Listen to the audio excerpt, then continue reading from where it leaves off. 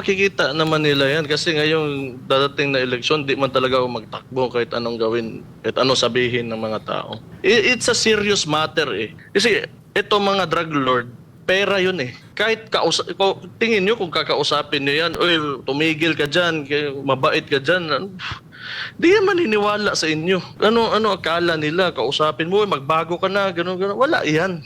Di yan. It will not work.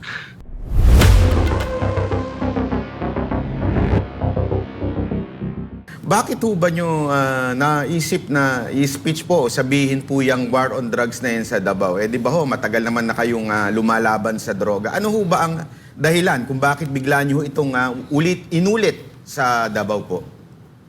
Hindi, kasi concern nga ng mga barangay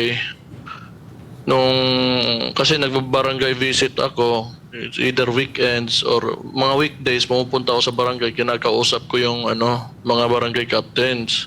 Then common sa kanila na may increase daw sa droga.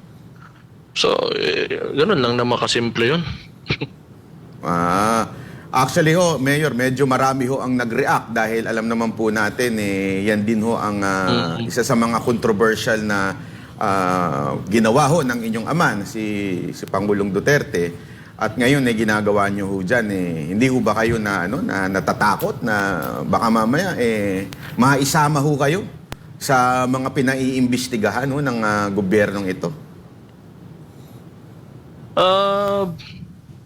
Ganito kasi yun.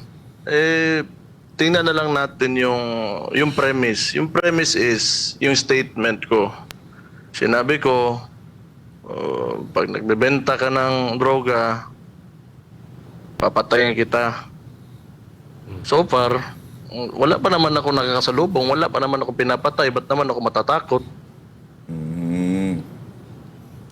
Ayan, and Mayor, si Boss Dada po, balita po na meron daw pong 28 na casualty mula itong taon na ito, January. And then, nung inyo pong dineklara, yung war on drugs ninyo, nitong nakaraan lamang, ay mayroon daw pong 7 na casualty dyan sa kampanya na yan. Ano po ang masasabi po ninyo dito? Ito po ba ay reported po sa inyo, sir? Well, nababalita, siyempre, kasi nga may police operation. But, itong naratiba na ito, umiikot na tayo Yung police o trabaho ng police yan. Ano ba gusto nyo? Ano ba gusto nila? Yung police nagtatrabaho, paano yung pag lumaban, mamamatay? Kaya nga, inulit ko doon sa interview ko, sinabi ko nga, pag may accomplishment ng police, hindi binabalita ng media. May tinamaan dito sa amin dahil sa trabaho niya, hindi binabalita. And ngayon, may declaration tayo sa war on drugs. Paano naging issue yun? Na supposedly, ang isang government or kahit barangay, pag may problema sa droga, then naturally, you have to declare war against it. May problema sa droga masisira yung lugar mo. Pag hindi mo dineklara, it doesn't have to be literally or figuratively either of the two o paano yung it is to deter from people from going into illegal drug abuse and selling it.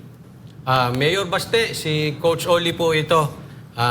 Yes. Alam niyo po, maraming natutuwa sa inyo dahil dito sa bagamat marami ring kritiko, mas maraming natutuwa sa inyo tungkol dito sa war on drugs. No?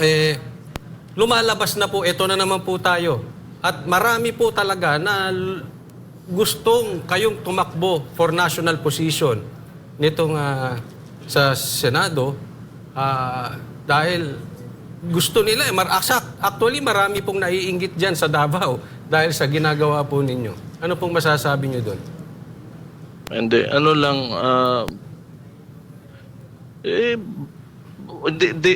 ayaw ko. Nananahimik lang ako dito sa Davao, okay na ako. Mayor ako dito, kahit vice o kahit konsehal, okay lang. Davao lang ako kasi nandito yung bahay ko, dito yung pamilya ko. Mahirap yan. Kasi baka sinasabi yung- nila, mga mayor, baka ang kanilang sinasabi, nagpapasikat lang yan. May planong tumakbo yan sa Senado. Ano pong masasabi niyo dyan? Hindi makikita naman nila yan kasi ngayong dadating na eleksyon, di man talaga ako magtakbo kahit anong gawin, kahit anong sabihin ng mga tao.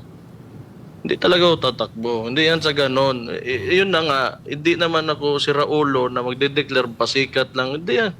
May problema talaga. I went down to the barangays, kinausap ko yung mga kapitan and they are very disappointed sa mga nangyayari ngayon dahil sa nga, increasing na na drug use. Wala naman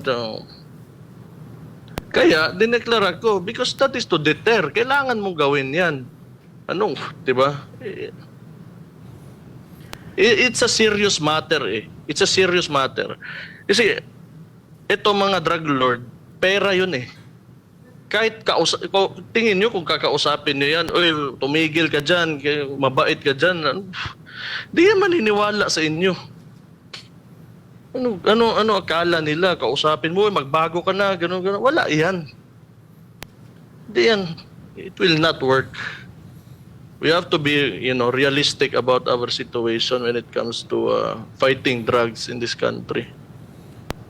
Mayor, sundan ko lang yung kaninang tanong ko po. Hindi ho ba kayo natatakot na baka mamaya ito na namang mga katulad nila Ontiveros at saka itong mga komunistang nasa Congress, ipapush na isama kayo dyan sa ICC na naman na yan. Kasi alam naman po natin yan, di ba? Isama nila. Go ahead. Go ahead.